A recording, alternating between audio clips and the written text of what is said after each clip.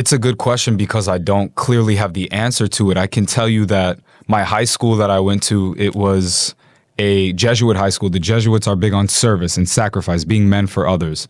But I had that sense of sacrifice long before that. From the time I was young, I've just had a strong sense of empathy, of care, of other people, of living things. So I don't know where it came from. I think that's why I'm here, though. I think my purpose is to do good for others and to do big things that impact others in very profound ways. So the best way that I can put it is that I believe I am a child of God. I know I'm a child of God, but what that means is that I am somebody who doesn't have to work too hard to do good. It comes naturally to me. And in fact, it's the only thing that brings me true joy. Anything else is kind of an aberration of my personality. I'd be lying to myself if I told you that doing harm to others is something that brings me joy. If doing harm to myself brings me joy, whether other people say they're joyful things, that's them. For me, I know what brings me true joy is helping other people. You know, I have things that bring me pleasure and whatnot, but overall on a big scale, what really makes me happy is seeing others thriving and seeing others allowed to be themselves. So where that came from, I mean, my parents are very caring and kind people as well, who have endured a lot of suffering. And it's struggle that creates a sense of purpose in life. That's where you get purpose from, is through struggle and sacrifice. So I can't say that I ever suffered because all of my struggling has had purpose attached to it. So when you come from people who understand how to struggle and how to persevere, you can place yourself in a context where it's like, whatever I'm going through has a purpose, and therefore I can help others first. The way I always use, I use this analogy to describe how I go about life. You know, like when you're on an airline, like a flight, and they tell you put on your oxygen mask before helping others. That's exactly how I feel. It's like, well, my oxygen mask is always on. I'm always ready. I always feel good. I'm always covered because, like I said, I'm a child of God. I know my place in the broader spectrum, and I know that everything that I suffer, will struggle through, is for a purpose. So I don't need to worry about my oxygen mask because it's always on. Now I'm ready to go help others on the rest of the plane. So where it really came from, I'm not sure. It's, you know, a product of everything. But I always find it ironic because the place that I come from, you know, New York is a very selfish place. People can be kind in New York, but it's a go-getting place. It's dog eat dog, like sink or swim. And where I'm from is even more like that. It's very cutthroat. So the fact that I have had this perspective and these beliefs, it is kind of like, you know, diamond in the rough sort of thing. But we've seen these archetypes before. And that's why it makes me more certain of myself that I am a child of God who has a purpose. And it was probably just placed upon me by God from before I was born, much before that.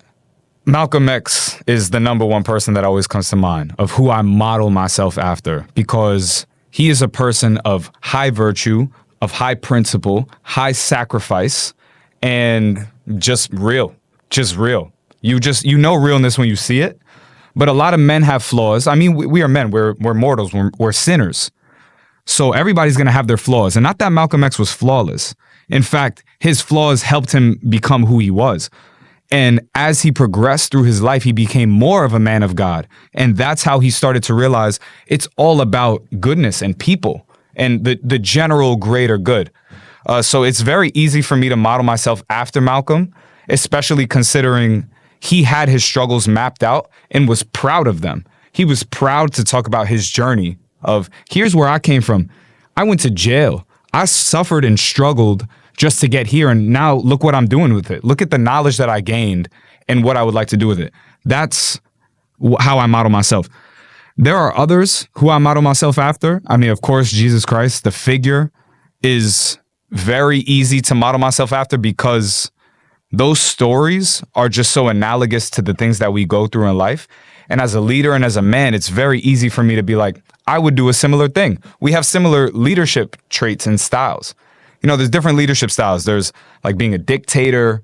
There's being kind of like a passive leader and letting others take the reins while you're just like a figurehead. There's being a leader by being in the trenches with your people.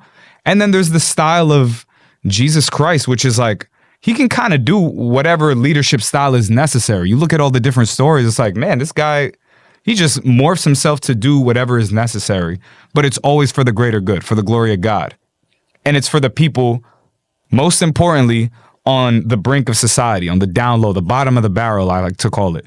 Those are the people who need that help the most. And so that's what I personally model myself after, is those two. There are others who I can name, and it might even sound kind of funny. I mean, like, who else comes to mind? Like Denzel Washington comes to mind. Because it's like, what other people do we really know in modern society who are of high virtue, high character, high work ethic, and who really have done it the right way and present themselves that way? And it's like, man, that's a real man. That's a black man who really does it in every way that I would like to do it. And, you know, not that I envy him or that I want to be exactly like that. I would like to be my own version with those characteristics and those traits. There's a few others that come to mind.